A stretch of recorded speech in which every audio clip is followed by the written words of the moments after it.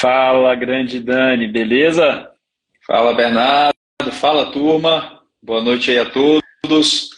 Mais um dia de revisão, nosso compromisso, né, Bernardo? Semanalmente. A gente tem que correr atrás. Tá na hora. Tá na hora. Não dá mais para adiar a revisão, né? Não dá mais para deixar a matéria acumulando. Vamos aqui junto com a gente.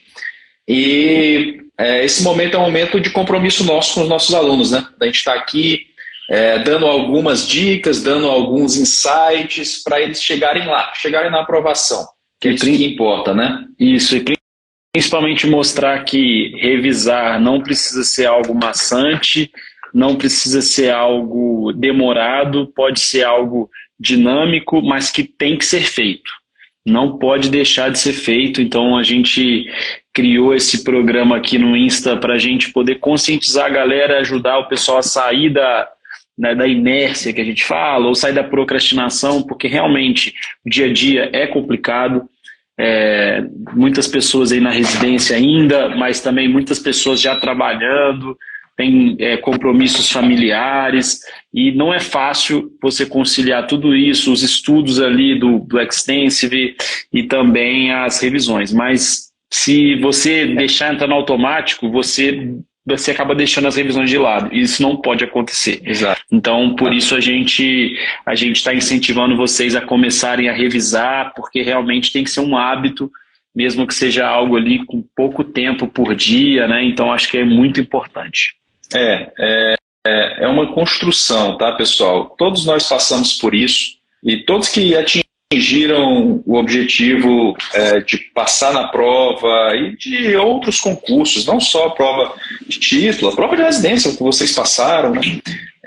Isso exige um esforço, exige uma dedicação, exige, na verdade, uma disciplina, né? Que é construída aos poucos, né? E o que é essa disciplina? É justamente você saber dizer não para algumas coisas e priorizar outras que vão te levar ao seu objetivo. Isso é inevitável. O tempo ele é finito para todo mundo. Então você precisa saber usar o seu tempo e saber estabelecer a prioridade. Todo mundo tem prioridades, mas você tem que escolher aquela que é a sua prioridade no momento, né? E vem com a gente aqui que a gente quer ajudar vocês a chegar nesse objetivo, né, Bernardo? Exatamente, essa mensagem é bem legal, porque realmente a disciplina é você fazer aquilo que nem todo mundo está disposto a fazer, que é o que você falou, né? Abrir mão de um prazer imediato, abrir mão ali de uma resenha. É claro que tem tempo para tudo, a gente não está aqui falando que é para vocês ficarem bitolados, porque isso daí até atrapalha, a meu ver. A cabeça tem que estar boa, mas claro que tem que ter um equilíbrio, não é só também diversão, tem que ter um momento de dedicação, e com organização tudo acaba sendo mais factível. Então acho que é importante vocês organizarem. Quem gosta de trabalhar com agenda, por exemplo, colocar dentro das tarefas diárias. A gente costuma, né, até em empresas, né, acaba sendo assim, você acaba dividindo ali as suas tarefas naquilo que você tem que fazer e aquilo que você ali tem que ser feito em algum momento, mas que não é prioridade máxima daquela semana, né? A gente divide assim. Então, assim, as revisões têm que estar ali dentro da sua obrigação. Exato. Tem coisas que não são obrigatórias, mas as revisões têm que estar ali. Então, coloca na agenda, separa um tempinho por dia, nem que seja meia horinha, vai criando o hábito. Exato. Exatamente isso que você falou, né? Não precisa ser 2 horas, não precisa ser 1 hora. Daniel, só consigo meia hora. Faça essa meia hora, faça isso valer. É melhor do que nada, e você vai construir. Daqui a pouco, você percebe que você está revisando 1 hora, 2 horas, não está nem vendo. Né? Você vai evoluindo, né? Isso é uma progressão. E nesse período, se estiver usando o celular para revisar por causa do aplicativo Med Review, deixa no modo avião. Se você estiver fazendo no computador, tira o celular do quarto, porque, cara, tem que ter foco.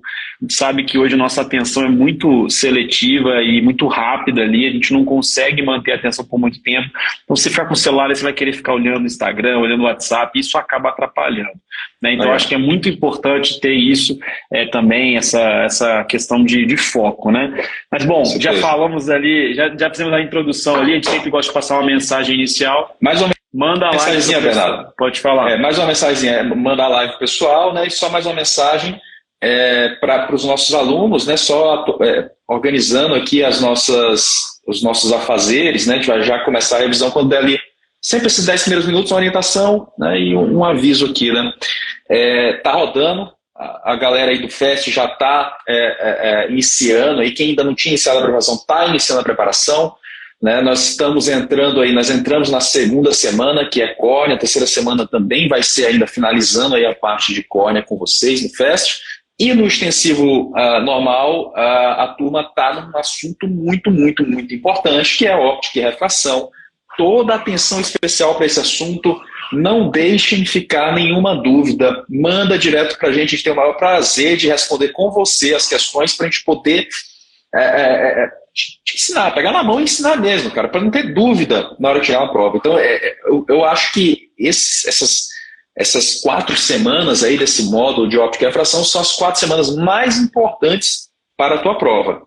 Então, realmente, muito foco, muita atenção. E daqui até a prova, vocês vão ficar fazendo questões de óptica e refração com frequência, tá? Para manter esse conhecimento sempre ali, bem na mente, bem firme. Né? Então, era só para dar esse aviso aí para a turma que está no extensivo e no FEST. Agora a gente pode começar. Então, já que você abriu aqui o canal dos avisos, eu vou dar só mais um aviso também, coisa muito rápida. A gente tinha deixado aí como prazo o dia 1º de agosto como o último dia de valor promocional do FEST, justamente porque na virada de mês tem aquela questão de liberar limite de cartão de crédito, algumas pessoas pediram. Então, realmente, quem tem ali o interesse no FEST, o último dia é hoje. A partir de amanhã vai acabar a chance de entrar no FEST com valor promocional. Então, se tiver interesse e tal, chama a gente no Instagram aqui, se quiser tirar dúvidas. Então, só esse último recado aí para quem ainda não está no FEST. Mas bora falar de revisão, bora falar de cristalino. A gente separou 2 temas aqui de cristalino para falar. Bases, porque é sempre importante, bases de cristalino, junto aí com, da parte de, né, claro que óptica a gente já viu que é o mais importante da teórica 1, segundo farmacologia. Tirando esses 2, eu diria que tem 3 áreas que a anatomia também é muito importante. Córnea, que a gente já viu, cristalino e também retina, né? Então, assim, é um dos temas importantes da prova teórica 1. A gente sabe que a prova teórica 1 é uma prova que acaba reprovando alguns alunos porque não é coisa do dia a dia, não são temas que você consegue, lembrei daquele caso clínico na minha residência, porque quando você tem essa vivência, cara, facilita demais. Mas isso aqui não, acaba que muita coisa acaba sendo decoreba, a gente tenta trazer de um modo mais leve, tenta trazer insights, tenta trazer... Mas tem coisa que tem que decorar, né? Medidas, acaba caindo essas coisas, né, Dani? Então a gente resolveu falar de bases e vamos falar também aí do tema mais importante de cristalino e eu diria que um dos mais importantes da prova do CBO em incidência, que são as complicações em cirurgia de catarata. É um tema que cai assim absurdo e a gente vai falar aqui das complicações também no segundo momento. Então, passo a bola para você começar falando da parte de bases. Legal, vamos lá, pessoal. Olha só, base de cristalino sempre vai cair na sua prova pelo menos 1 ou 2 questões aí de bases, né, na parte da prova teórica 1.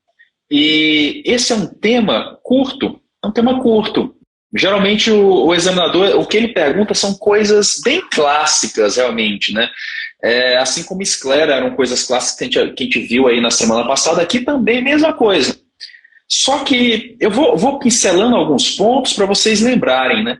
Primeiro, eu quero saber aí, vamos ver quem está aí atento, né? Primeira questão de prova que vai cair para você. Qual é a origem biológica do cristalino? Qual é o folheto que gera o cristalino, pessoal? Manda para mim aí, digita aí, lembrando que quem participa vai aprender mais, né? Quem participa fixa melhor, não é assim? Então, qual é a origem biológica do cristalino, tá? Enquanto o pessoal vai mandando aí, eu quero mostrar como que esse cristalino é formado, só para você entender o raciocínio, né? Então, cristalino é um tema que pode cair na sua prova. Ó, já começou ali, né? A Luísa já mandou ver. É isso aí. Opa, a Luísa falou ectodérmica, beleza, ectoderma superficial. Essa é a resposta. Ectoderma superficial, pessoal. Então, lembra, faz associação. Cara, olha que interessante. O cristalino vem do mesmo tecido que origina a pele. Né? Que estranho, né? Então, primeira questãozinha de prova. cristalino tem origem no ectoderma superficial. Isso explica o motivo de algumas doenças da pele cursarem também com doenças do cristalino. Por exemplo, dermatite atópica. Quem já viu isso, né? Dermatite atópica é aquela famosa catarata em escudo. Por quê? Justamente, ó, tem essa associação embriológica, né? E aí, pessoal, olha só que interessante. Isso aqui é importante para vocês pegarem alguns insights. Olha aqui, ó. Isso aqui é um corte de um embriãozinho humano. Nem é o nível ali do prosencéfalo. E aí você percebe que existe essa estruturinha aqui, ó. Tá dando para ver, Bernardo? Tá legal a imagem? Como é que tá? Tá boa. Beleza. Então, essa estruturinha aqui branca, pessoal, a gente chama de vesícula óptica. A vesícula óptica vai agir bem nessa estruturinha mais externa aqui e vai estimular ela a desenvolver o chamado placoide do cristalino, que é um tecido neuroectodérmico. Esse placoide do cristalino ele começa a invaginar. Perceba que ele vai invaginando, e olha, ele invagina totalmente, de forma que as células ficam para dentro e a membrana basal fica para fora. Ou seja, as células ficam dentro e a membrana basal fica para fora. As células da parte posterior dessa vesícula, elas avançam para a parte anterior e preenchem todo esse espaço dessa vesícula, formando aqui o núcleo embrionário. Esse é o teu cristalino. É assim que ele se forma. Isso aqui, pessoal, te faz entender algumas coisas que caem na prova.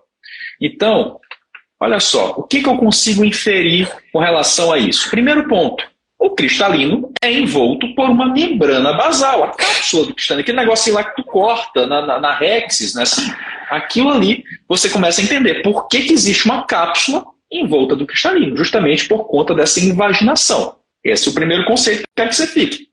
Segundo ponto, ora, eu mostrei para vocês que as células aqui, ó, que estavam na região posterior, elas foram em direção à região anterior, ou seja, não existe célula nucleada na parte posterior do cristalino. O epitélio do cristalino está na parte anterior. Isso é questão de prova.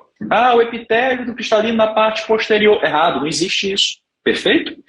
E o terceiro ponto, que vocês podem ver aqui, o epitélio, ele é uma monocamada. Uma monocamada. Essas fibras aqui a gente chama de fibras primárias. Depois o cristalino continua crescendo, né, desenvolvendo novas fibras que a gente vai chamar de fibras secundárias. É isso que eu quero que você grave. Então, ó, quem quiser dar um print, dá um print nesses 3 pontos aqui. Ó. Dá um print aí, eu vou dar aí 3 segundos. Os insights, envolto por uma membrana basal basofílica. Não há células epiteliais na região posterior. Monocamada de epitélio cuboide anterior. Pronto, é isso. Um detalhe interessante que tem relação com isso aí que você falou de o cristalino não ter células na sua porção posterior ali no epitélio, é uma questão que às vezes aparece na prova na parte de opacidade de cápsula posterior. Ele pergunta de onde vêm as células ali que são responsáveis pela opacificação da cápsula posterior após a cirurgia de catarata. Aí sempre tem lá na alternativa A, proliferação ali das células epiteliais posteriores do cristalino. Está errado, porque não tem epitélio na parte posterior. Então são células que vêm lá do epitélio anterior e que acabam migrando para a porção posterior da cápsula. Exato. Tem uma correlação com isso aí que você está falando. Então você percebe que a embriologia do cristalino é diferenciada, pode cair na sua prova de embriologia, né? Então já guarda esse conceito, né? E aí, pessoal, uma vez que você tem a lente formada, a gente tem que entender alguns detalhes gerais, aí realmente entra algumas decorebas, mas a gente consegue ajudar você. Olha só, você tem que saber qual é a espessura do cristalino, né? Isso aqui é importante, tá? Tem importância até prática, né? Quando você vai colocar ali a caneta do FAQ, você saber mais ou menos onde que você está. E essa espessura varia de acordo com a idade. Geralmente o que cai, Bernardo, geralmente o que cai é a espessura do adulto, em torno de 4 milímetros. Aí eu gosto de gravar assim, cristalino. São 4 sílabas, 4 milímetros é o antero posterior. Fácil. Moleza, matou a questão. Agora, se ele perguntar do RN, aí é um pouquinho menor, 3 milímetros. Grava isso. Do idoso, aí já é maior, 6 milímetros mais ou menos. Grava assim, do adulto. RN um pouquinho menor, o idoso um pouquinho maior. Vão perguntar também qual é o comprimento, né, equatorial aqui, ó, comprimento. E aí eu gravo da seguinte forma, né, da mesma maneira. No adulto é maior, tá? E é o que mais cai geralmente. E no adulto é só você contar o número de letras da palavra cristalino. São 10 letras. Então vai dar 10 milímetros. Então fica fácil, né? Espessura, 4 sílabas, 4 milímetros. Comprimento, 10 letras, 10 milímetros. O RN é um pouquinho menor, 6 milímetros. Né? Mas aí o que mais cai é do adulto. Então, beleza, né? Bem legal aí para vocês gravarem essa informação. O examinador vai achar que você vai errar, você não vai errar. Você vai gravar e gabaritar mais essa, né? Legal. Outro ponto importante ainda em medidas. Olha só, percebe que o cristalino ele tem o que? Uma superfície anterior mais plana que a superfície posterior. Tá vendo que a superfície posterior ela é mais pontudinha, é mais curva? Legal, tem que saber esse raio de curvatura, né? Então, o raio de curvatura da superfície anterior é de 10 milímetros. Por isso, ela é menos curva que o raio de curvatura da superfície posterior, que é de 6 milímetros. Por isso, essa superfície posterior ela é mais curva. Lembrando para não confundir, tá, pessoal? Raio de curvatura, quanto maior, mais plano é a superfície. Raio de curvatura, quanto menor, mais curvo é essa superfície. E aí, Bernardo, a gente começa a observar que, bom, legal, então quer dizer que a superfície posterior ela é mais curva, ela tem mais poder, ela que está relacionada, por exemplo, com leitura. Olha só que detalhe interessante do CBO, tá? Quando a gente vai ler, a gente acomoda. E quando a gente acomoda, a gente modifica a estrutura do cristalino. E quem é a superfície mais responsável por isso é a superfície anterior, que começa a ficar mais curva na acomodação. Então é um detalhe que nunca caiu em prova, mas é uma belíssima questão para se cair, né? Beleza, bacana. Para a gente finalizar, mais 5 pontos. Primeiro, cristalino não tem vaso sanguíneo, cristalino não tem linfático, cristalino não tem nervo, o índice de refração do cristalino é de 1,42 e a dioptria do cristalino é de 21. Ponto. Fechamos aqui esses dados gerais, que é um pouquinho mais decoreba, né, que cai aí de cristalino. Agora, com isso em mente, pessoal, e lembrando, qualquer dúvida, manda pra gente que a gente vai discutindo aqui com vocês. Aí, o Bernardo fica de olho aí, Bernardo, se o pessoal comentar alguma coisa. Se eu tiver muito rápido, podem ir falando também. Se estiver no ponto aí, a gente vai aqui ajustando. Legal. Agora que eu dominei embriologia, já sei os dados gerais, numéricos ali do cristalino, eu tenho que entender as camadas.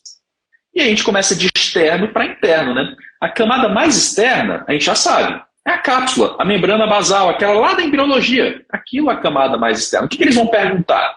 Bom, quem é que constitui essa camada mais externa, essa membrana basal? E a gente sabe, falou em membrana basal, tem que lembrar de colágeno tipo 4. É quase que uma coisa assim, né, Bernardo? É um negócio, é tipo falar assim, né? Sandy, eu tenho que lembrar de Júnior. Chitãozinho, Chororó. Membrana basal, colágeno tipo 4. Não tem, isso aí não tem como errar isso aí. Beleza? Então grava essa informação já. Legal. O que mais que eu tenho que saber? Eles começam a perguntar detalhes, tá? E cápsula cai muito. Eles perguntam detalhes. É uma membrana semipermeável, tem que ser assim. O cristalino não tem vaso para ser alimentado, então nutrientes precisam passar ali. É uma membrana basofílica e o que mais cai? O que mais cai? Espessura da membrana basal. O mais importante saber qual é a espessura da sua porção anterior e da sua porção posterior. A porção anterior tem 14 micra de espessura e a porção posterior 4 micra. E aí a gente entende por que a gente perfura tanto cápsula posterior, né? Ela é muito fina, qualquer coisinha ela está furando. Quem dera a cápsula posterior tivesse a espessura da anterior, já iria poupar a gente de muito problema, né? Que vocês vão ver com o professor Bernardo daqui a pouco. Legal. E ela tem uma outra função interessante, que é o seguinte: essa cápsula, ela guarda os antígenos do cristalino. E aí você começa entender, poxa, então quando eu lesiono a cápsula, eu posso ter alguns tipos de glaucomas especiais, porque esse antígeno que estava protegido acaba caindo na câmara anterior e meu sistema imune ataca ele. Isso acontece. né? A aula do professor Bernardo também. Essa parte, esses glaucomas inflamatórios relacionados aí à exposição do material do cristalino, né? Então, a gente entende por quê? Porque violou a cápsula do cristalino, que tem a função de proteger, de sequestrar esses antígenos. Então, legal, encerrou aí cápsula, bem tranquilo. Embaixo da cápsula, na sua porção anterior, ou seja, um pouquinho interno ali a cápsula na porção anterior, a gente tem o quê? A monocamada de epitélio, que é uma camada de células cúbicas com núcleo, que possui um metabolismo ali aeróbio, um metabolismo mais ativo, que a única coisa que você precisa saber é basicamente isso. Células cúbicas, monocamada, tem metabolismo ali, tem núcleo, né, tem organelas, e no equador elas são ali mais ativas do ponto de vista metabólico por um motivo muito especial. O equador é o local em que a gente tem aqui a multiplicação das fibras do cristalino. É aqui que acontece a síntese dessas fibras do cristalino. E atenção especial, pessoal. As fibras são originadas ali no equador e elas vão, quando elas vão ficando velhas, elas vão indo para a parte mais interna do cristalino. Então, o que eu quero que vocês saibam? Fibras mais novas estão aqui, as fibras mais antigas aqui. Aqui é o nosso núcleo embrionário, as fibras vão sendo aqui, ó, vão circundando o núcleo embrionário, né, e vem da onde? Vem do equador do cristalino. Então, o que eu tenho que saber do equador do cristalino? É um centro germinativo. Na periferia, as fibras são mais novas, elas têm até núcleo ainda. Quando vão indo para o centro, elas vão perdendo núcleo, vão perdendo as organelas, e é fácil de entender, né? A célula sem núcleo, sem organela, ela permite a passagem de luz com mais facilidade. Então, as fibras do centro do cristalino não tem organela, não tem núcleo, justamente para a luz passar com mais facilidade. Tá? Então, aqui, ó, esses são os detalhes que você tem que saber quando a gente comenta sobre as camadas ali do nosso cristalino. Cápsula, epitélio, do epitélio, atenção especial para o equador, né? E aí, só até mostrando um pouquinho mais com relação ao equador, Bernardo, caiu na prova, acho que foi em 2021, uma questão muito diferente, não tinha caído ainda, inovaram. Eles perguntaram sobre o arco da lente. O que é isso, né? Olha só, aqui é o equador, tá, pessoal? E aí vem lá o epitélio cúbico, vem aqui no equador, essas fibras, né, essas células vão se transformando em fibras, e olha só como elas assumem uma espécie de formato de arco. Esse é o arco da lente. É justamente essa formação aqui de células aqui que vão dar origem às fibras do cristalino. Tá? Isso foi uma pergunta que caiu aí, uma pergunta diferente do CBO, né? Que caiu a respeito dessa questão aí da parte germinativa aí do cristalino. Então, o epitélio é a membrana basal, a cápsula, e aí falar um pouquinho dessas fibras, né? Mais externamente são as mais novas, com organelas e núcleos, mais internamente sem organelas e núcleo. Essas fibras estão interconectadas por gap junctions, elas têm ali uma superfície hexagonal, né? Tudo isso já foi questão de prova, né? Tem esse formato hexagonal, essas interconexões, e elas se ligam através de suturas na região anterior e posterior. Sendo que lá no núcleo fetal, o núcleo mais ali antigo, vamos dizer assim, a gente tem o núcleo embrionário, né, que a gente estudou, depois vem o núcleo fetal. Lá no núcleo fetal você tem as suturas em Y, né, que são essas suturinhas aqui que podem ser opacificadas em algumas situações de catarata. Aqui, ó, essa sutura tripla aqui, separada aí, essas opacidades separadas em 120 graus, a gente chama de sutura em Y, nesse caso uma catarata sutural, né?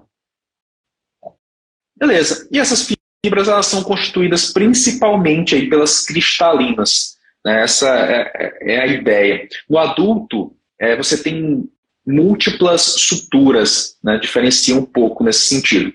Então, basicamente, de fibra, é isso que eu tenho que lembrar. Arco da lente, padrão hexagonal, gap junctions, as suturas em Y lá no núcleo fetal, suturas múltiplas no adulto, né? Vai ficando mais complexo ali o cristalino. Principal proteína, as cristalinas, tá? Isso aí que eu quero que vocês gravem. Ah, Daniel, qual é a constituição assim, do cristalino, né?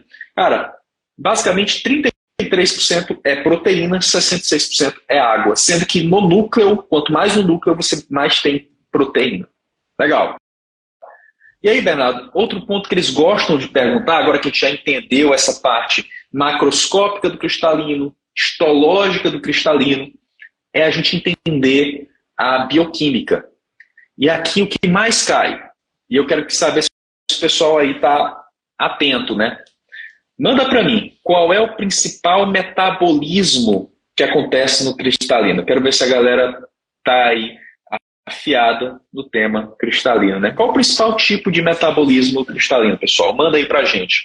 Vocês, por intuição, dá para chegar aí já nessa resposta, né? Ele é avascular. Ele é avascular, né?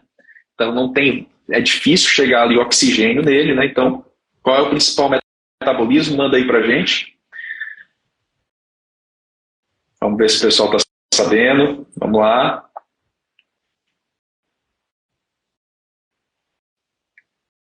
Cadê a turma aí do Extensive? É isso aí. Bom, eu vou continuando aqui então. Ah, agora sim. Boa, Vicky, valeu, é isso aí. Muito bom. Glicólise anaeróbia, né? É isso que é o metabolismo principal. Muito bem, é isso aí, Camila. Isso aí. Glicólise anaeróbia. E não precisa decorar, né, pessoal? Lembra? Não tem vaso sanguíneo, não tem tanto oxigênio assim. Tem que ser. E outra, as fibras, a maior parte delas, não tem núcleo, não tem organela, não tem como fazer metabolismo aeróbio, né, dessa maneira. Então, a maior parte é glicólise anaeróbia. 80% do metabolismo é anaeróbio.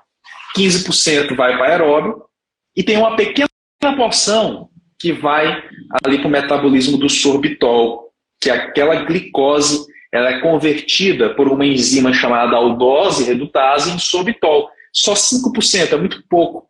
O problema é quando você tem muita glicose. Quando você tem muita glicose chegando no cristalino, essa via do sorbitol ela começa a ficar mais hiperativada. E aí você acumula sorbitol no cristalino, e aí sorbitol é um agente osmótico. Ele vai puxar água para o cristalino ao pacificar o cristalino. Qual é a fisiopatologia? De que catarata eu estou falando? Estou falando da catarata do diabético. É no diabético que a gente tem hiperglicemia, né?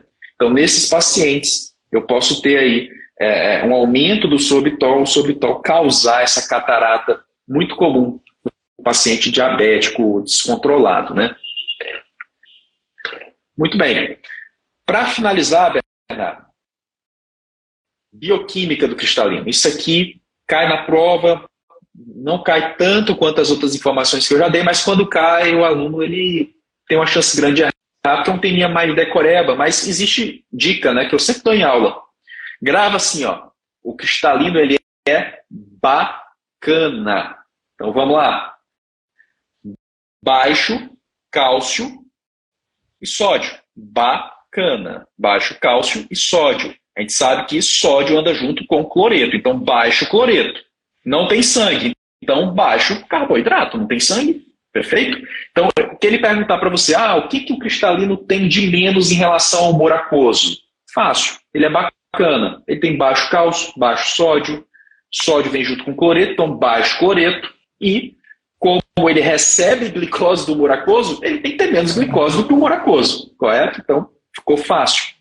E o que ele tem muito em relação ao humor aquoso? Da mesma forma, pessoal, só um raciocínio tranquilo.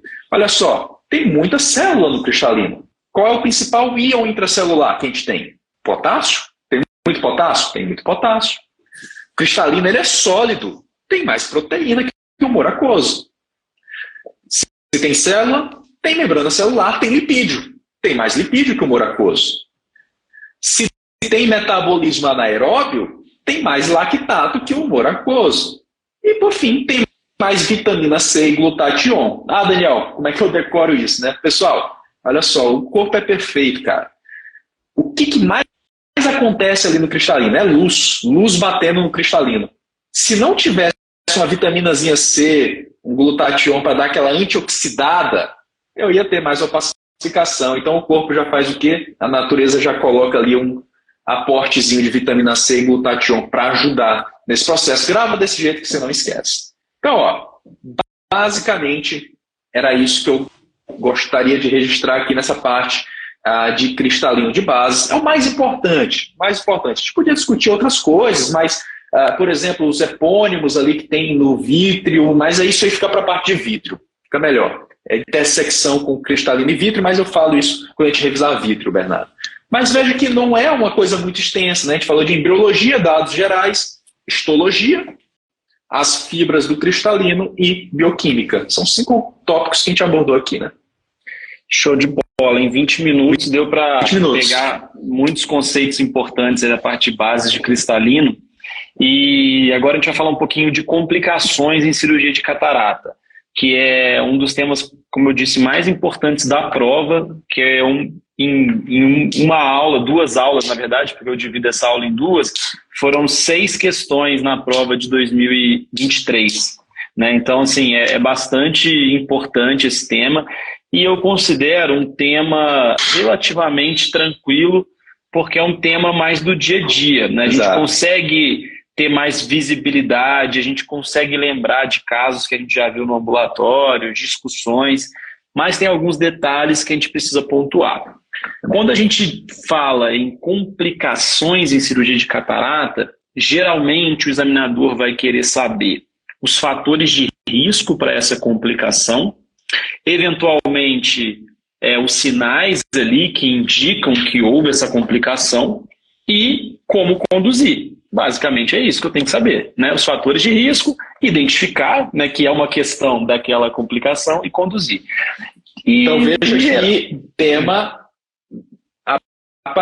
de prova de imagem e prova teórica 2. Pois é, sempre, os dois sempre. Vai cair em prova de imagem e teórica 2. Sempre cai na prova de imagens, né? Tem alguns devices.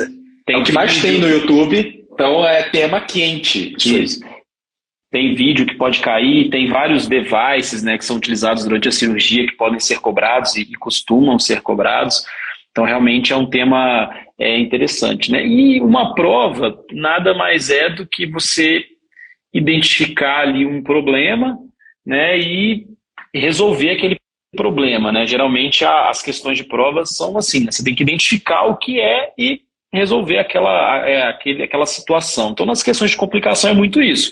Ou você vai ter que identificar qual é a complicação e vai ser esse o gabarito, ou você vai ter que dar ali uma conduta para aquele caso. Geralmente é assim. E como é um tema muito extenso, né, eu separei, né, as 5 principais complicações de prova, tá? Porque é um tema aí para mais de hora de discussão, então assim, eu acho que vale a pena a gente focar aqui, como é uma live de revisão, uma coisa mais rápida, nós vamos focar em 5 pontos principais. Bom, primeira complicação que eu quero discutir com vocês, que sempre cai em prova, é a síndrome da íris flácida. Né? A síndrome da íris flácida cai praticamente todo ano. O que é essa complicação, pessoal? Qual é a principal causa dessa complicação? É o uso de bloqueadores alfa-1 adrenérgicos, sobretudo aí a tanzolosina, mas também os outros bloqueadores alfa-1 adrenérgicos, como prazosina, doxazosina, que são medicações utilizadas para hiperplasia prostática benigna. O que acontece? O músculo dilatador da íris, ele é estimulado ali através dos receptores alfa-1, né? São os receptores alfa-1 que promovem ali a dilatação da íris através do músculo dilatador da íris. Então, se você usa cronicamente um bloqueador alfa-1 adrenérgico, essa íris pode acabar ficando flácida com o tempo. E isso gera uma complicação muito característica aí na cirurgia de catarata. Na prova de 2022, ele cobrou uma medicação diferente como potencial causador da síndrome da íris flácida, que é a clorpromazina, que é um antipsicótico.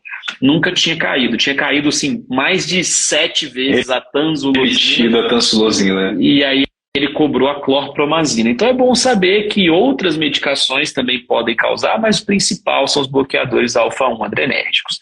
E aí, como eu falei, fator de risco. Como que eu identifico? Qual que é a clínica? O que acontece durante minha cirurgia? É uma tríade clássica. Por ser uma tríade clássica, é importante a gente conhecer. Qual que é a tríade clássica? Como a íris está flácida, ela fica abaulada e flácida ao longo da cirurgia. Você vê movimentos da íris, né? Ela está totalmente flácida, ela fica se movimentando, então o abaulamento e a flacidez da íris. O que acontece?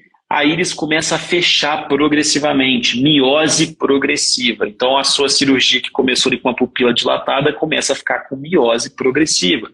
E o principal, prolapso da íris pelas incisões. Então a íris começa a sair pela incisão principal, sair pela incisão acessória, sua cirurgia vira um caos. Né? Então é mais ou menos isso aqui, ó. Íris saindo pela principal, íris saindo pela acessória. E isso implica em quê? Isso implica em um risco aumentado de complicações, sobretudo ruptura de cápsula posterior, por conta da miose progressiva, por conta da hérnia de íris. Então é uma cirurgia complicada. Beleza, sabemos a causa, sabemos identificar, né, e agora a gente tem que saber conduzir. Bom, como é que a gente vai conduzir um caso de síndrome da íris flácida? Primeiro, vale a pena suspender a medicação no pré-operatório? Vale a pena. Quando eu pego um caso de paciente aí que usa tanzulosina, é interessante você referenciar por urologista, porque você não vai ficar suspendendo a medicação, causar incontinência urinária no cara, o cara fica bravo com você. Então, referencia para o urologista, ver se é possível suspender a medicação. Se for possível, é interessante. Mas, mesmo suspendendo a medicação, muitos pacientes vão manter essa complicação porque ela é meio idiosincrásica, né? Ela é uma resposta meio individual do paciente, não tem uma relação importante com a dose. Então, muitos pacientes vão manter a complicação mesmo se suspendendo, mas vale a pena suspender. Beleza. Se um dos problemas é a íris herniar por todas as incisões, vale a pena fazer uma incisão com um túnel mais longo, não é isso? Se você já sabe que o paciente usava tanzulosina, é importante você perguntar no pré-operatório, faz uma incisão com um túnel mais longo para evitar que essa íris hernie, porque a incisão curta é um fator de risco para a hérnia de íris. Beleza. Vale a pena fazer adrenalina intracameral? Vale a pena fazer adrenalina intracameral para tentar ali estimular o músculo dilatador da íris e a íris ficar menos flácida. Vale a pena. Qual tipo de viscoelástico vale a pena eu utilizar nesse paciente, principalmente ali para manter a dilatação da pupila? Viscoelástico coesivo, porque o viscoelástico coesivo tem alto peso molecular, ele consegue empurrar um pouco ali a periferia da íris, abrir um pouco mais essa pupila. Beleza, mas são medidas ali iniciais. Apesar de você fazer essas medidas, geralmente você vai precisar de algum device, né, de suporte iriano, algum device para manter essa íris, né, mais dilatada e evitar que ela hernie. Então você pode lançar a mão dos ganchos de íris, que são os retratores irianos, ou os anéis expansores. Né? Então eu vou mostrar aqui uma imagem, porque isso tem caído em prova, né? Todo mundo já provavelmente conhece aqui os ganchos de íris, né? Então são esses ganchinhos que a gente posiciona geralmente aqui 4, né, diametralmente opostos, né, e eles mantêm a íris, a pupila dilatada e mantêm a íris sem herniar. Então é fundamental aí num caso de íris flácida, tá? Mas se você tiver disponível, o anel de Malyugin, que é esse aqui, ó, que é um muito mais caro, mas que ele tem a vantagem que ele consegue entrar pela incisão principal com um injetor, diferentemente dos ganchinhos de íris, que você tem que fazer 4 paracenteses acessórias, tá? Então ele é muito mais fácil é muito mais prático para colocar, mais prático para tirar, e ele tem a vantagem que a pupila fica redondinha, né? Enquanto no gancho de íris, geralmente a pupila vai ficar aqui num formato meio de losango, né? Outro device que é interessante conhecer é esse iRing, tá? Pode aparecer na sua prova também. Também é um dispositivo para manter a pupila dilatada e evitar a hérnia de íris nesses casos de íris flácida. E você deve evitar fazer stretching da íris. Isso aqui é um dilatador Biller que pode ser utilizado para fazer stretching de íris, mas nesses casos de íris flácida deve ser evitado porque a íris já está flácida. Você vai fazer um stretching que rompe ali o esfíncter da íris, ela vai ficar ainda mais flácida. Então você tem que... E você não vai resolver o problema, que é a flacidez da íris. Você vai resolver a questão da miose, mas você não vai resolver a flacidez. Então você tem que, nesse caso, utilizar ali realmente um dispositivo que mantenha a íris quietinha, sem herniar, beleza?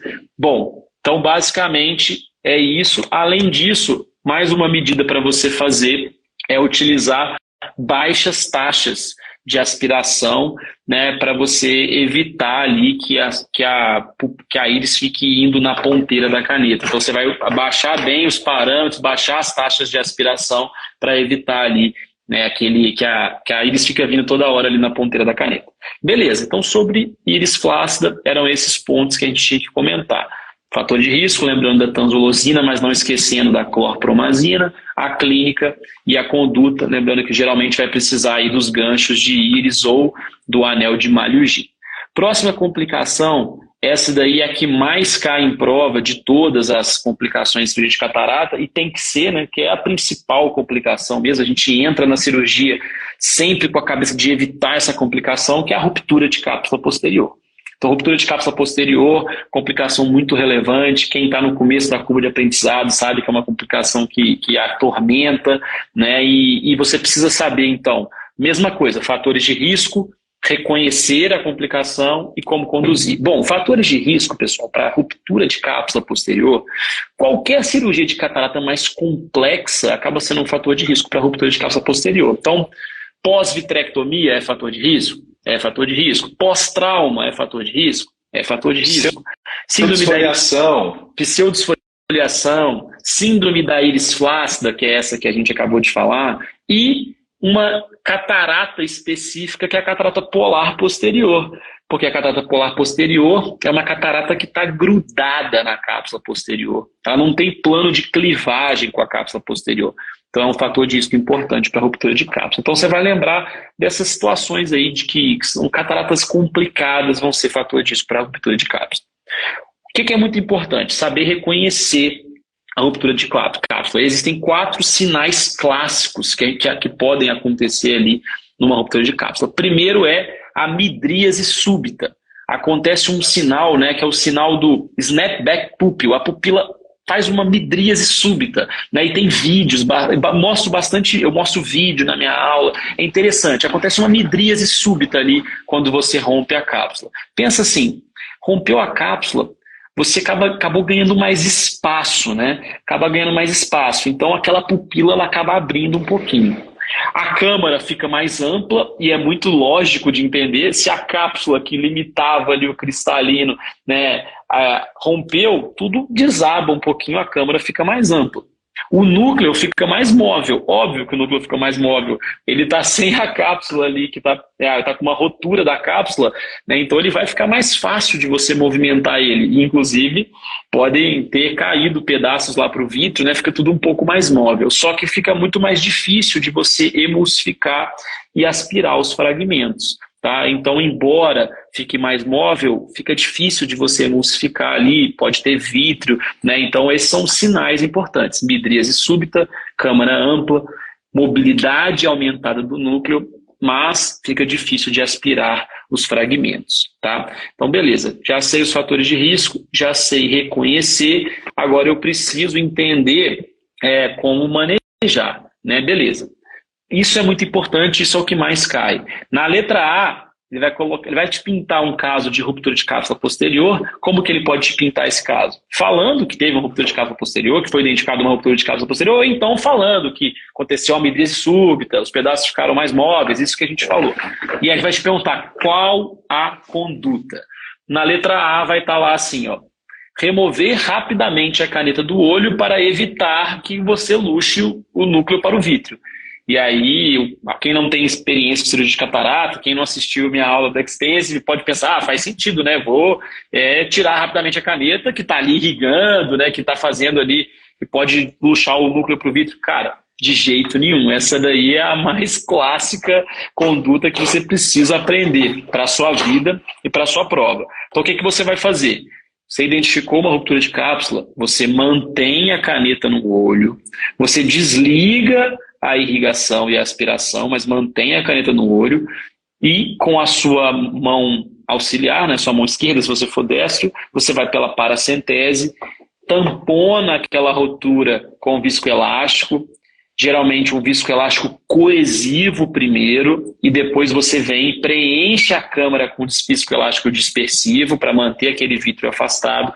Depois que você fez isso, você pode tirar a caneta. Por quê? Porque se você tira a caneta de cara, você vai despressurizar o olho e aí vai vir vítreo com tudo. Aquele vítreo que estava quietinho, né? Você teve uma rotura de cápsula, mas o vítreo estava ali na cavidade posterior, ele pode herniar, e aí é outra cirurgia, né? Outra incidência de complicação, risco de DR. Então, assim, mantém a caneta no olho, preenche com viscoelástico coesivo, depois dispersivo, e aí você pode tirar a caneta e pensar no que você vai fazer. E aí, o que você vai pensar? O que você vai ter que ali decidir? Se você vai seguir com a faco em si, vai seguir emulsificando os pedaços, ou se você vai converter para extracapsular.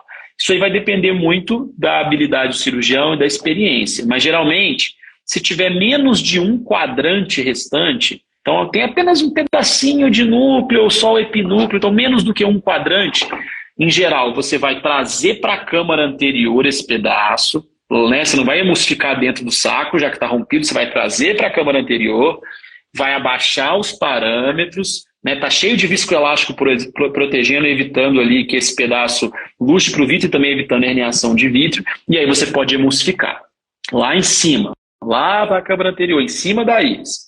Agora, se tem mais do que um quadrante restante, é mais conveniente, é mais prudente você abrir essa córnea, ou então, se você tiver uma experiência com fasectomia extracapsular escleral, fazer um túnel escleral para remover ali de forma extracapsular esse pedaço maior que está restando, beleza? E aí você vai, depois que você tirou os restos de núcleo, você vai aspirar o córtex a seco, né, que é aspirar o córtex ali sem irrigação, e vai fazer vitrectomia anterior se for necessário. Tá? Se tiver vítreo, você vai fazer vitrectomia anterior, de preferência utilizando ali o vitreófago anterior para remover bem aquele vítreo, né? Vai ali usar triancinolona se for necessário para corar, para ver se tem vítreo residual. E aí depois você vai decidir o que você vai fazer com a lente. Também é outra decisão importante. Geralmente, pessoal, a gente implanta uma lente de 3 peças no sulco. Tá? É a conduta mais usual ali na ruptura de cápsula posterior, mais universal. Né? Só pode ser de 3 peças, tá? Você não pode colocar lente peça única no sulco. Põe uma lente de 3 peças no sulco, captura a zona óptica. Muita gente veio me perguntar o que era capturar a zona óptica. Capturar a zona óptica com os ápticos no sulco, né? Você colocar ali a zona óptica abaixo da rexis anterior. Isso é capturar a zona óptica. Assim, você mantém a zona óptica mais perto do effective lens position que você calculou ali no pré-operatório. Ela fica mais próxima da posição que ela deveria estar efetivamente. Então, você pode fazer isso. Coloca os ápticos no sulco, captura a zona óptica. Só que não é impossível colocar uma LIU peça única no saco em caso de rotura de cápsula, mas desde que sejam roturas pequenas, circulares, regulares. Se tiver uma rotura central, pequena, circular, você pode colocar uma LIU de peça única no saco, tá? Vou continuar aqui, eu acho que o professor Dani caiu, mas ele já deve voltar. Vou continuando aqui o papo com vocês. Bom, por que a ruptura de cápsula posterior... Vamos mostrar aqui uma imagem interessante para vocês antes de continuar. Ó. Então, aqui você tem uma LIU de 3 peças no sulco com captura da zona óptica. Veja que a zona óptica está abaixo da rexis. E aqui você tem uma LIU de peça única no saco e tem uma rotura de cápsula circular central embaixo. Tá vendo? Então, se tem uma rotura de cápsula circular, central, regular, você pode fazer o implante da LIU no bag, beleza? Então isso já caiu em prova e é importante vocês terem em mente. Por que a ruptura de cápsula posterior ela é muito grave? Porque ela aumenta o risco de endoftalmite, de descolamento de retina e de edema macular cistoide. Tá? Então ela é uma complicação major aí por conta desses riscos, né? De endoftalmite, de edema macular cistoide e de descolamento de retina. Estou tentando aceitar o Dani aqui, mas por algum motivo não está acontecendo. Vou fazer um... voltou.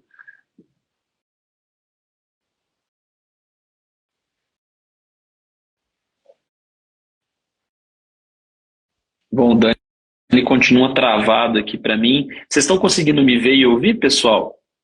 Me dá um feedback aí, porque eu estou meio sem saber se está travado também ou se é só o Daniel que está travado.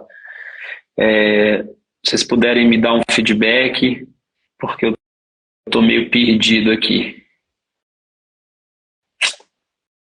Vocês estão conseguindo me ver e me ouvir, né? Beleza. Então eu vou seguindo aqui.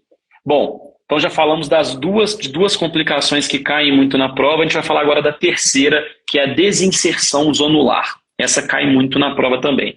E aqui é a mesma coisa, saber as causas e saber aqui identificar e saber a conduta. Bom, quais são as principais causas de desinserção zonular? Uma delas é iatrogênica durante a cirurgia, né? Você fazendo movimentos intempestivos, você pode causar uma desinserção zonular. Mas o que vai cair em prova são as outras três principais causas. A primeira delas é a pseudoesfoliação. O material pseudoesfoliativo depositado ali nas zônulas pode causar desinserção zonular, diálise zonular. Síndrome de Marfan, classicamente causadora de diálise zonular. Vocês lembram lá que acontece a subluxação do cristalino para a temporal superior. E também trauma, tá? Então essas são as principais causas de desinserção zonular. Pseudoesfoliação, trauma, Marfan e iatrogênica. Bom, diante de uma desinserção zonular, voltou. Boa. Show de bola. Já estou aqui agora em desinserção zonular. Falei para eles aqui. Show. Eu acompanhei. Show. Falei com eles aqui as causas, agora a gente vai falar aqui. Desinserção zonular, pessoal, não tem muito assim sinais para identificar, né? Aí basicamente ele vai te dar uma imagem na prova e dizer que, por exemplo, uma imagem assim, você vai ver que tem uma desinserção zonular, o cristalino está subluxado, né? Não tem sinais importantes para você reconhecer, né? Então, assim, ele pode falar que tem algumas coisas que ele pode falar é que você está com uma mobilidade do saco capsular, por exemplo, que o saco capsular está móvel ali durante a cirurgia, ou, né, enfim, basicamente é uma coisa mais visual, geralmente cai na prova de imagens. Beleza, qual que é a conduta diante de uma desinserção zonular? Também gosta de cair em prova isso. Primeira coisa, você vai ter que proteger a região de desinserção com viscoelástico, para evitar que o vítreo prolapse ali pela região de desinserção, porque as zônulas acabam funcionando ali como um bloqueio também para o vítreo não prolapsar, para o vítreo se manter ali na cavidade posterior.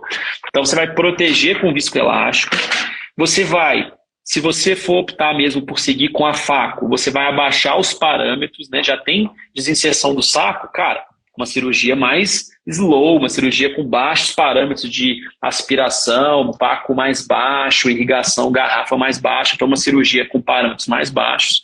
E aí, o que você vai fazer ali depois, principalmente no que se refere ao implante da lente, né, e o uso de devices ali de suporte capsular, vai depender do tamanho da desinserção.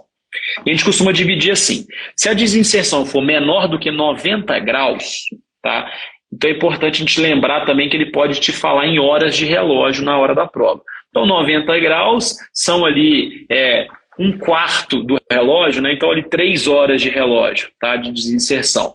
Geralmente nesses casos você pode implantar uma lente de 3 peças no saco, colocando os ápticos ali contra a região de desinserção, e apenas fazendo isso pode ser suficiente para o saco capsular ficar estável e ficar centrado. Então você pode tentar colocar uma linha de 3 peças com áptico no local da desinserção.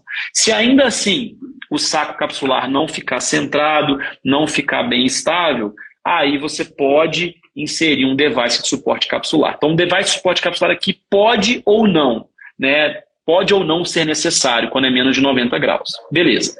Se for entre 90 e 120 graus, você vai precisar de um device de suporte capsular.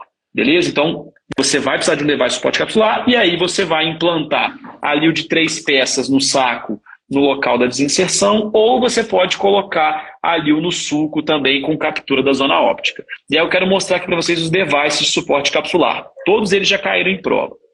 Esse aqui, olha só, é o gancho de cápsula. Olha que interessante. Parece um gancho de íris, mas na hora da prova teve gente que deu mole, marcou que era para dilatar a pupila esse device, mas, pô, pessoal, olha só, ele está apoiado na Rex. Então é um gancho de cápsula, tá? Esse gancho de cápsula é muito útil para você manter o saco estável no intraoperatório, para te ajudar a terminar, a completar a Rexas e tudo mais. Só que ele não é definitivo.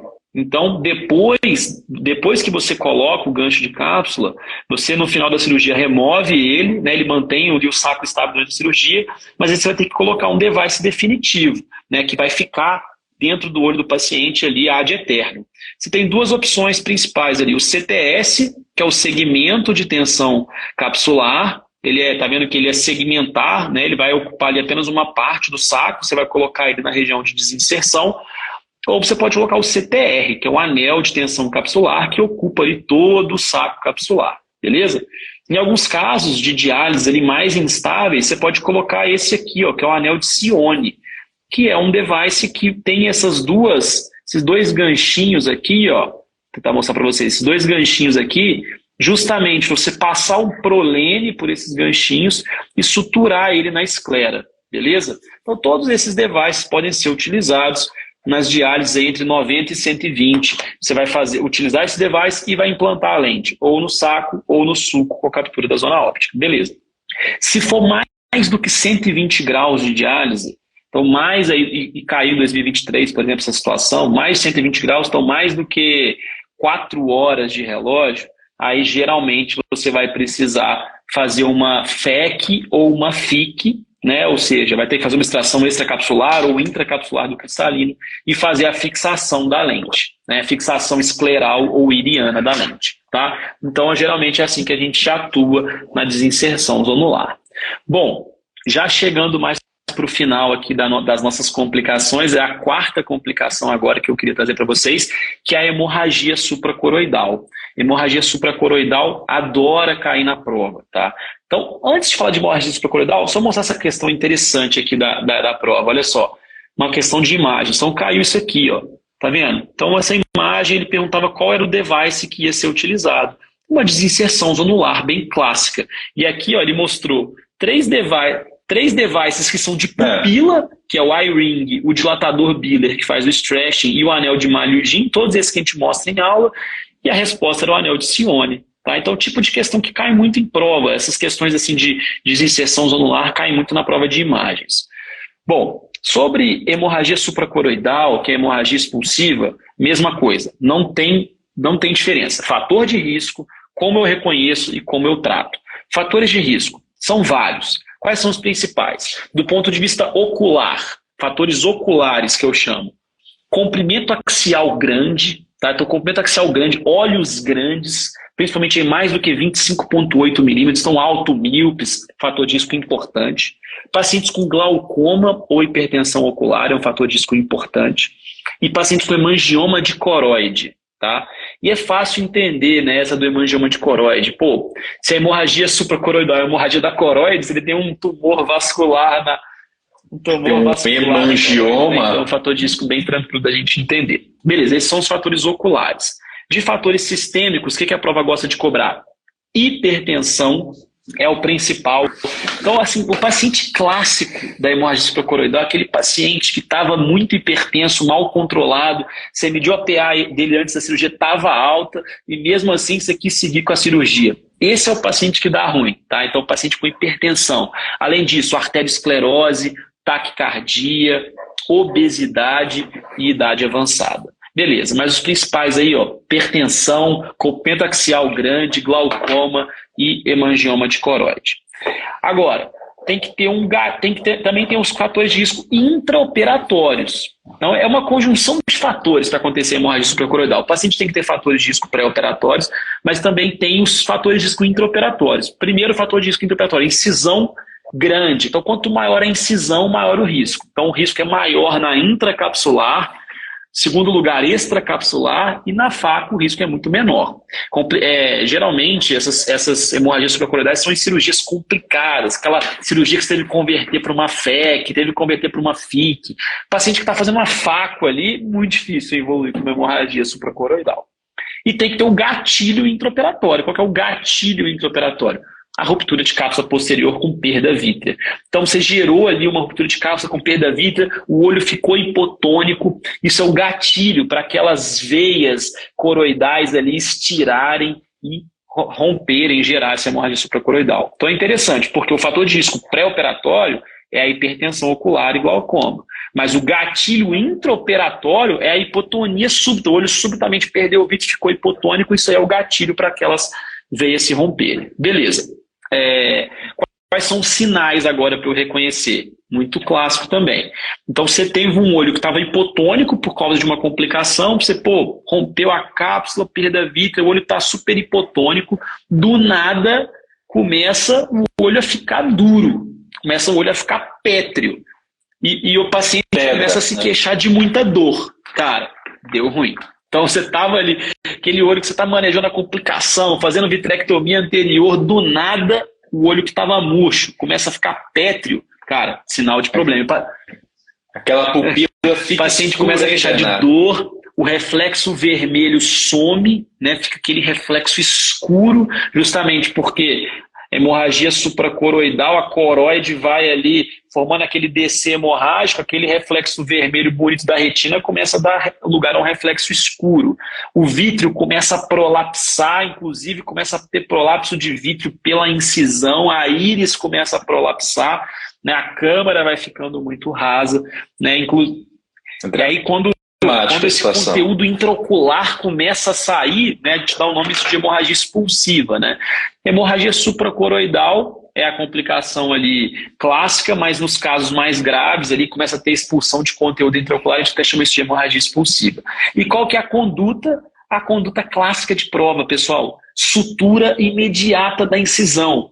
Fecha rapidamente essa incisão, tá? Pegadinha pode ter lá, então assim, drenar a coroide. Não, você tem que fechar imediatamente a incisão, geralmente com um fio mais forte, pode ser até um fio de seda 8, ou pode ser um nylon mais forte, geralmente para fechar ali rápido. Você vai depois encaminhar esse paciente para a retina, para avaliar ali uma drenagem dessa coroide, mas após ali uns 15 dias, porque esse coágulo tem que liquefazer. Se você entrar ali no dia seguinte para tentar drenar, não vai sair nada, porque vai estar tudo coagulado, né? Então isso é hemorragia supracoroidal.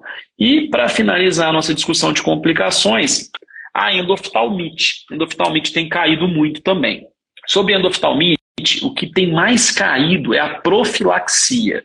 Quais são as medidas profiláticas que são ali benéficas na prevenção da endoftalmite? Mas vou seguir o roteirinho aqui de fatores de risco, depois eu vou falar dessa profilaxia, vou falar da clínica e do tratamento. Bom, fatores de risco. Pessoal, é muito tranquilo aqui.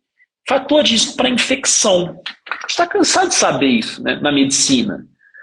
Condições imunossupressoras, né? Então o paciente tem uma imunossupressão, o cara tem um câncer, tem uma doença autoimune, né? O paciente toma corticoide cronicamente, então imunossupressão. Diabéticos, né? Diabéticos tem um fator de risco muito importante para qualquer infecção, a gente sabe disso, então também é fator de risco para endoftalmite.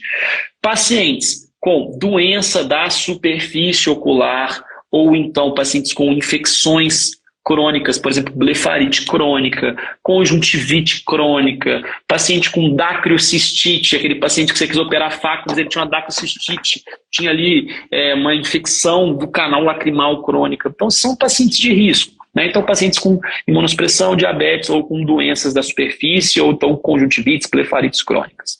Beleza. Fator de risco intraoperatório.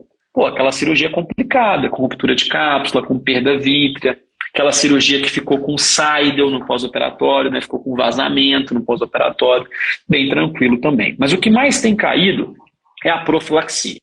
Quais são as medidas ali comprovadamente eficazes na profilaxia? Primeira medida, se o meu paciente tem uma doença prévia, eu vou tratar essa doença antes da cirurgia. Então ele tem blefarite crônica, vou tratar a blefarite. Tem uma conjuntivite ali, um olho seco grave, ou então o paciente tem uma dacriocistite, ou então ele tem um equitrópio, que gera ali uma exposição. Tudo que pode aumentar o risco de infecção, eu vou tratar antes da cirurgia. Primeira coisa que tem eficácia. Segunda medida, e essa a mais importante de todas, já caiu em prova. Iodopovidona, 5% ali, pelo menos uns 3 a 5 minutos antes da cirurgia. É a principal medida, pingar o colírio de iodo. É tão importante, mas tão importante, que a Academia Americana fala que se o paciente disser que tem alergia a iodo, você deveria encaminhar ele para um teste alérgico para confirmar que ele tem alergia a iodo, de tão importante que é essa iodopovidona antes da cirurgia. Até porque muitos pacientes que falam que têm alergia a iodo não têm alergia a iodo, tá? A alergia a iodo é muito raro, segundo a Academia Americana, porque é um componente presente no meio. O sal, muitas vezes, ele é enriquecido em iodo. Então, esses pacientes que falam que têm alergia a iodo têm geralmente alergia a crustáceos, frutos do mar, outra coisa, e eles fazem essa associação com o iodo. Beleza. Terceira medida comprovadamente eficaz, o antibiótico intracameral ao final da cirurgia. Então, terminou a cirurgia, colocar ali o antibiótico na câmara anterior do paciente. Podem ser 3 opções. O moxifloxacino, que é o Vigamox, muito utilizado nos Estados Unidos, aqui no Brasil também está muito difundido o moxifloxacino ao final da cirurgia. Cefuroxima, que é o que a gente fazia no HC, muito difundido na Europa, tá? É uma cefalosporina de segunda geração. E a cefazolina também, pouco utilizada aqui no Brasil, mas também é uma opção. Cefazolina é uma cefalosporina de primeira, tá? O que gosta de cair em prova? Eles gostam de falar para você usar gentamicina e vancomicina. Gentamicina não pode, porque pode causar infarto macular, ou pode causar um quadro tipo isso aqui, ó, tá? Então, uma mácula isquêmica por uso de gentamicina, e não pode vancomicina, porque ela pode causar essa complicação que a gente chama HORV, que é uma vasculite oclusiva e hemorrágica da retina. Aí, eu já vou falar aqui, porque é uma pergunta que eu sempre recebo. Por que eu não posso usar vancomicina intracameral se eu posso utilizar intravítrea no tratamento da endoftalmite? E aí é uma resposta estatística. Eu não posso utilizar intracameral como profilaxia de oftalmite, porque imagina, a cirurgia de catarata é a cirurgia mais realizada do mundo. Se eu fizer em todo o mundo a vancomicina, eu vou ter uma incidência importante dessa complicação, que é essa vasculite oclusiva hemorrágica da retina, que chama HORV. Porque eu estaria fazendo em todo mundo, a cirurgia tem milhões de cirurgias de catarata realizadas todo ano, então eu teria uma incidência grande dessa complicação HORV. Agora, endoftalmite é super raro e é uma complicação potencialmente causadora de cegueira. Os poucos casos de endoftalmite que acontecem, aí justifica utilizar essa... Vale correr o risco, porque o cara pode ficar cego pela endoftalmite, vou fazer a vancomicina, que é um medicamento muito eficaz contra gram-positivos. Então essa é a explicação. E aí, o que não tem também... Tá, vanco e genta não podem por causa dessas complicações. O que não tem eficácia? Não tem eficácia utilizar antibiótico antes da cirurgia, tópico, ficar usando antibiótico tópico nessa cirurgia. Antibiótico subconjuntival, muita gente faz, não tem eficácia. É uma prática dos antigos, aí não tem eficácia. Antibiótico no BSS também não tem eficácia, beleza? Então, são só essas medidas aí, ó, iodopovidona antes da cirurgia e antibiótico intracameral. Pra você ter noção, o antibiótico tópico após a cirurgia também não tem comprovação de eficácia, sabia? Só que assim, é uma coisa que todo mundo faz quem que não vai fazer? Quem que não vai fazer, também é muito difícil você fazer um estudo, vou deixar esse paciente sem antibiótico aqui para comparar com, né? Então, mas não tem evidência de benefício, tá? Mas enfim, essas são as medidas aí mais eficazes aí que a gente mencionou. Legal. Vamos falar agora da clínica, mas antes de falar da clínica, os agentes mais importantes. Quais são os agentes mais importantes da endoftalmite aguda, que é aquela que acontece até 6 semanas antes da cirurgia? Principalmente gram-positivos de pele, tá? Estou falando de Staphylo aureus e Staphylo epidermidis, principalmente. São os 2 germes mais importantes. Então, esses gram-positivos que já colonizam a pele, o saco conjuntival e aí o fundo de saco conjuntival, eles podem também causar endoftalmite. Mas é possível ter endoftalmite por gram-negativos, por exemplo, pseudomonas, gram-positivos, por exemplo, streptococcus, enterococcus também. A clínica aqui é muito clássica. O paciente vai ter dor de forte intensidade, baixa visual importante, hipópio e turvação vítrea. Então esse é o quadro. O paciente chega com muita dor, você examina ele cheio de hipópio, uma reação de câmara muito importante, o vítreo turvo e a visão muito baixa. É um quadro dramático. Tá? Um quadro dramático. Chega um olhinho, geralmente nas endoftalmites agudas pós-operatórias, chega um olhinho judiado, um olhinho assim, bem que você vê, aqui tem até a íris herniano, né? Provavelmente uma incisão que foi mal selada, hipópio, a câmara anterior está até meio desorganizada aqui, é um quadro muito grave. Geralmente, após 3 dias da cirurgia, é incomum ali no primeiro dia, tá? Se aparecer um quadro que parece endoftalmite no primeiro dia, suspeita de TAS, que é a síndrome tóxica do segmento anterior, que responde muito bem a corticóide, a gente fala isso em aula. Beleza. Como que eu trato endoftalmite aguda pós-operatória? Aí tem aquele estudo clássico IVS, né, que na prática a gente nem usa mais assim, essa conduta, mas é o que cai em prova. O que esse estudo fala? Se a acuidade visual do meu paciente é movimento de mãos ou melhor, ou seja, movimento de mãos, conta dedos, 20, 200, eu não preciso fazer a vitré de cara. Eu vou fazer a punção vítrea, mandar esse material para a cultura para identificar qual que é o agente e fazer antibiótico intravítreco com dexametasona. Qual antibiótico? Vanco para pegar gram positivo, ceftazidima para pegar gram negativo, lembrando que ceftazidima pega bem pseudomonas. E a dexametasona para diminuir a atividade inflamatória. Se a acuidade visual do meu paciente é PL, aí eu tenho que ir direto para a vitrectomia e faço ao final da vitrectomia a injeção intravítrea também de vanco, ceftazidima com dexametasona. Então essa é a conduta. Por que eu falei que na prática não é bem assim mais? Porque na época que esse estudo foi feito, vitrectomia era feita com 20 gauge, os aparelhos eram muito piores. Hoje em dia a gente tem aparelhos fantásticos, 10 mil cortes. Então assim, a gente tem 23 gauge, 25 gauge. Então hoje em dia a gente tende a fazer a vitrectomia mesmo em casos ali com acuidade visual de movimento de mãos, conta dedos, o desfecho é muito bom. Né? Mas o que vai cair em prova é isso que eu falei. Se for movimento de mãos ou melhor, geralmente a gente vai fazer a punção vítrea com injeção de antibiótico ao final. E agora, realmente, a última palavrinha para a gente fechar é a endoftalmite crônica. Endoftalmite crônica é aquela que acontece ali depois de 6 semanas após a cirurgia. Eu tenho que lembrar do agente, que é o Propionibacterium acnes, também chamado hoje em dia de Cutibacterium acnes, tá? Então ele tem a ver também com acne, né? Então é um germe gram-positivo que coloniza a pele, né? O quadro clínico é bem diferente. Você não tem aquele quadro de olho muito inflamado, olho quente. Aqui não, pessoal. Aqui olha só, você tem esses grumos atrás da lente, essas colônias atrás da lente, e é um paciente que na prova ele vai aparecer como um paciente com uma uveíte crônica. Então fez uma faco, ficou com uma uveíte crônica, que responde ao corticoide, mas quando você diminui o corticoide, ele volta a inflamar o olho, suspeito de endoftalmite crônica. Então essa cirurgia de catarata que ele não consegue desmamar o corticoide do cara, suspeito de endoftalmite crônica. Tá? E aí tem que saber o agente, como eu falei, Propionibacterium acnes ou Cutibacterium acnes, cai sempre em prova. E a conduta. A conduta vai ter que ser cirúrgica aqui, pessoal, porque o antibiótico não vai conseguir agir ali por conta daquela formação daquelas colônias. Aí vai ter que ser vitrectomia, explante da lil e do saco capsular e a injeção intravítrea também de vanco, ceftazidima e dexametasona. Então, era isso. Passei um pouquinho do horário, mas é porque é um tema que cai muito e é grande, assim, né? Mas é basicamente essas 5 complicações que mais caem em prova. Pô, show de bola, né? Eu acho que deu para aproveitar bem essa horinha aqui da noite, né? Um pouquinho mais de uma hora, basicamente, 1 hora e 4 minutos, né? A gente começou com alguns avisos, né? Espero que a galera aí tenha aproveitado, né?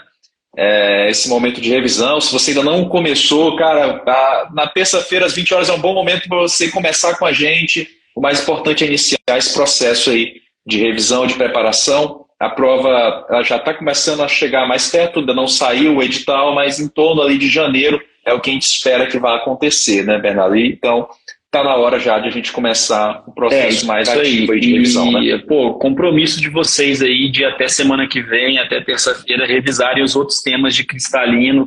Não é um tema grande, então dá para revisar lá pré-operatório, viscoelásticos, lentes, alterações congênitas.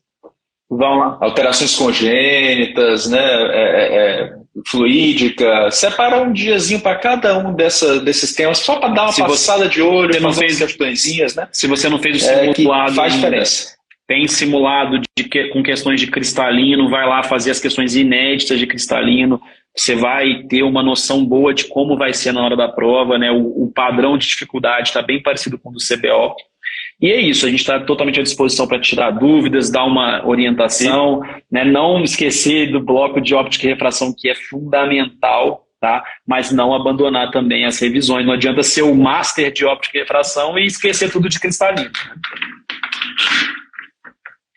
Exato, e agradecer a turma que está aí com a gente, cara. Poxa, mais de 60 pessoas a live inteira, a esse horário, aqui nesse horário, numa terça-feira, estudando, é isso aí. Esse é o